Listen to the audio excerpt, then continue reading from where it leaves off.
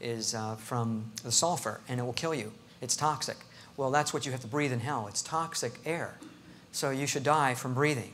But yet you keep living. And you don't want to breathe because you feel it's going to kill me. I'm going to die any second. But again, you keep on going. And besides that, there's not enough air to breathe.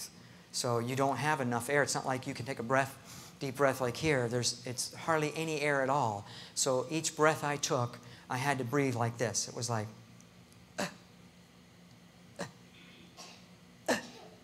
just like that. Barely could get any. So you're going to die any second from not enough air. But you keep going. So another one of these things you have to endure in hell. And you have to endure, like I said, the heat and the fear. You know, Psalm 73:18 talks about, you cast them down into destruction where they're utterly consumed with terrors. And you are consumed with terrors. You know, lying on the floor, being helpless, I had no strength in my body. But even if I did, I couldn't have fought off that thing anyway. But still, you feel like you'd want to have some kind of strength, and you don't. You're void of all strength. And to give just a couple scriptures, I want to back up and give you a few scriptures because that's what's important to me. In Isaiah 24:22, it says, they shall be gathered together as prisoners are gathered in the pit and shall be shut up in the prison. So he's talking about prison cells. Proverbs 7:27 talks about going down to hell to the chambers of death. And the word chamber means inner rooms. And the bars, Jonah 2:6 talks about the earth with her bars was about me forever. Yet thou hast brought up my life from corruption. And most of the commentators, the Tyndale Old Testament and the New International and some others, believe that Jonah did experience, he went to Sheol. He was right on the outside of hell. Or some believe he was inside the gate. So there is somebody in the Bible that did experience hell, Jonah. And he said in Jonah 2:2, in hell I cried out. So he's someone that experienced hell. And he talks about the bars of hell. And Job 17:16 talks about they shall go down to the bars of the pit. And it's talking about actual metal bars. So, you know, scriptures to support that. No strength is talked about in Isaiah 14:9, talks about hell from beneath is moved to meet thee at thy coming. They will say, art thou become weak as we? And the word weak is the same word in Judges 16:7 where Samson lost his strength when his hair was cut off. He became weak. And Psalms 88:4 talks about, I am counted with them that go down into the pit. I am as a man that has no strength. Anyway, I could give you scripture for every point all the way through like this, which I love to do. But it just detracts from me telling the story. So I'll just have to make reference to a few of them. We put all of them in the book, and that's what I wanted to, was the important thing to have in the book is the scripture. These creatures were blaspheming God. They were cursing God. And I understood what they were saying. I don't know what language it was, but I could understand them. And they had a hatred for God. And they turned their attention towards me and had that same hatred for me. And I wondered, what have I done to them? But they had this extreme hatred. And so that big one that you saw, picked me up and grabbed me and threw me into the wall. You know, like I weighed nothing. And I felt my bones break. And you have a body in hell. Matthew 10:28 says, fear him which is able to destroy both soul and body in hell. And there's a lot of other scriptures I could give you. But anyway, I felt the bones break. I felt pain. But the pain was masked somehow. I knew it was blocked, that I didn't feel all of it. And God blocked most of the pain. He let me feel a little bit of the pain just to be able to relate to people that you do feel pain in hell. It's not allegorical, metaphorical. It's real pain.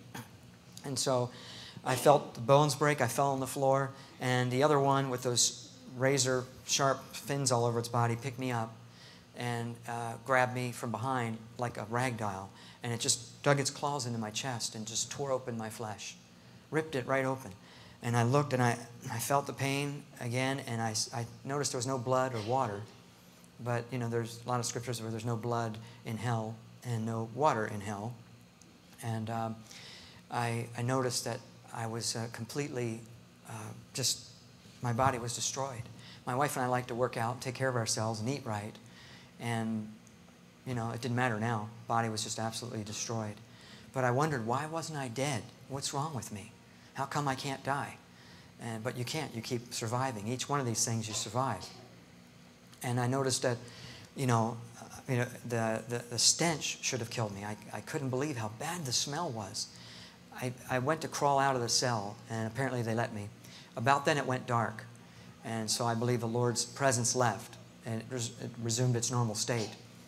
Because without the Lord there, it would have been dark, totally dark, and I wouldn't have been able to see anything, so I couldn't describe it to you. So when I got out of the cell, it was absolutely pitch black, like a darkness which was beyond any darkness you could imagine. And I've been in some coal mines in Arizona and so forth, where it's way down deep dark. This was different than that. It was an evil presence about the darkness, an eeriness. Exodus 10:21 talks about a darkness which may be felt. You could feel the darkness, and it was evil. Again, enough to terrify you, and just the fear should kill you, but you keep living. I looked to the right, and I could see just a little bit, because there were flames shooting high in the sky that was about 10 miles away from me. I knew it was 10 miles away. I don't know how I knew, but again, there's certain things you know in hell. Your senses are keener. You have a little better understanding than you would here. And even Erwin Lutzer, one of the scholars of today, who wrote a book, 1 Minute After You Die, he even said those in Sheol have heightened perceptions and a better understanding.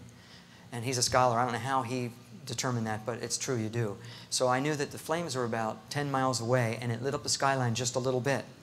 Not like it would be here, because it was a mile across. This pit of fire was 1 mile across, so that's a lot of fire. It would light up the whole area if it was here on earth. But down deep in the earth, the light did not travel. So I could just see barely, and it was all desolate, barren wasteland. Nothing, no greenery, not one green thing, just rock, barren, desolate. And there's scripture for all that. Isaiah 59:10 talks about we are in desolate places as dead men. And so one of these creatures grabbed me and drug me back into the cell. And this one began to crush my head, and it just crushed my head flat. Now, how would I live with my head flattened? I don't know. I don't know if it resumed or what, but I felt my head get crushed.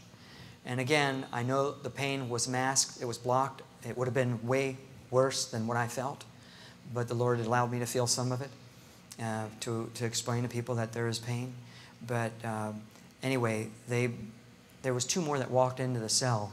I didn't see them because it was dark, but I just knew there were 2 more. And they each grabbed an arm and a leg, and were going to tear my legs and arms off. And I just thought, I can't take this. I can't take this. And right then, something grabbed me and pulled me out of the cell and placed me over next to that pit of fire that I saw. And so I was so glad to be rescued out of that pit. For a second, I had some peace. And it was the Lord, of course, that took me out of there, but I didn't know that then. So as I was placed over by the pit of fire, then I could see all the people. There were people inside the pit screaming, people burning. And I could see the outlines of people, their skeleton form. It would just look like skeletons. I couldn't tell if there was any flesh on the people, just like skeleton forms. And they were all adult size in skeleton forms. I didn't see that there were any small frames of people, so I believe there were no children there. And also the screams were all screams of adults. You could tell the difference in the kid scream. And it was deafening. The screams were so loud because there's millions of people there. So, have you ever heard one person scream? How irritating that can be, someone scream in terror? Okay, well, imagine millions and millions of people screaming in terror. It's terrible. And it was so deafening, I wanted to stop, but you can't get away from the screams and the sounds. And I looked over and I could see the people clawing their way out, trying to get out of the cell, or out of the pit. And they couldn't get out. There were demons lying all around it, shoving them back in. But they really didn't have the strength to get out anyway. They were just trying to make a feeble attempt at getting out of there. And they were being shoved back in. I didn't want to be thrown into the fire. It was hot already, but I didn't want to be thrown in the fire. That's got to be the worst thing. And there's lots of scripture on the fire in hell. Okay, now some say it's metaphorical. It's not real flames, but that's not true. It's real flames. It's real fire, just like you could imagine. I think it's even hotter than fire would be here. Everything's amplified there. But just to give you a few scriptures, Psalms 140:10 says, "Let burning coals fall upon them. Let them be cast into the fire, into deep pits." Matthew 13:49 says, "The angels shall sever the wicked from the just and cast them into a furnace of fire." Psalm 11:6 talks about, "Upon the wicked he will rain fire and brimstone and a burning tempest." So there is real fire in hell. And another reason I believe it's real fire is, in Luke 16, where the rich man said, "I'm tormented in this flame, and send Lazarus to dip his finger in water to cool my tongue." Well, if it was metaphorical flames, water would not suffice.